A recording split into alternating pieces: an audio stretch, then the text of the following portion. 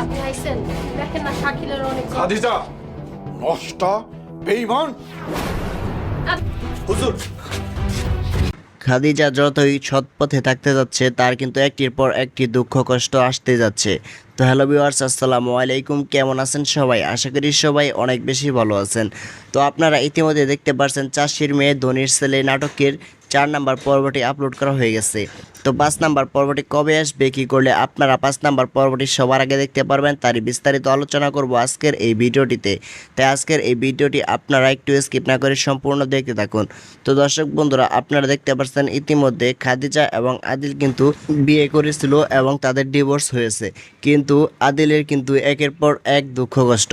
সে কিন্তু সান্তানাকে বিয়ে করেছিল, কিন্তু সান্তানা তার নামে মিথ্যা মামলা দিয়ে তার বাড়ি ঘর সব কিছু দখল করে নিয়ে গেছে। তো অপরদিকে দেখতে পাচ্ছেন আদিলের কিন্তু তার পাপের শাস্তি হচ্ছে, কিন্তু যখন সে কামলা দিতে এসেছে এবং সে কিন্তু এসে খাদিজাদের বাড়ির কাজের লোক হয়ে এসেছে। তো দর্শক বন্ধুরা, ইতিমধ্যে আপনারা দেখছেন যে খাদিজা কিন্তু আদিলের জ্বর ওঠার কারণে তার রুমে গিয়েছিল এবং সেখানে কিন্তু তার অনেক অপমান অপদস্থ হতে হচ্ছে। তো চাষির মেয়ে ধনির ছেলে নাটকের 5 নাম্বার পর্বটি সবার আগে দেখতে চাইলে আপনাকে যে সিক্রেট টিপসটি কাজে লাগাতে হবে, তো আপনাকে অবশ্যই ইগল ইসলামিক নাটক ইউটিউব চ্যানেলটিকে সাবস্ক্রাইব করে পাশে থাকা বেল আইকনটি বাজিয়ে রাখতে হবে।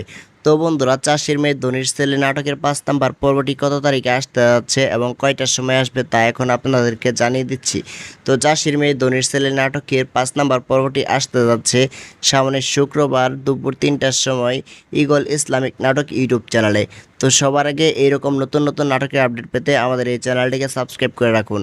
তো দেখা হচ্ছে পরবর্তী কোনো নতুন নাটকের আপডেট নিয়ে। ততক্ষণ পর্যন্ত ভালো থাকবেন, সুস্থ থাকবেন।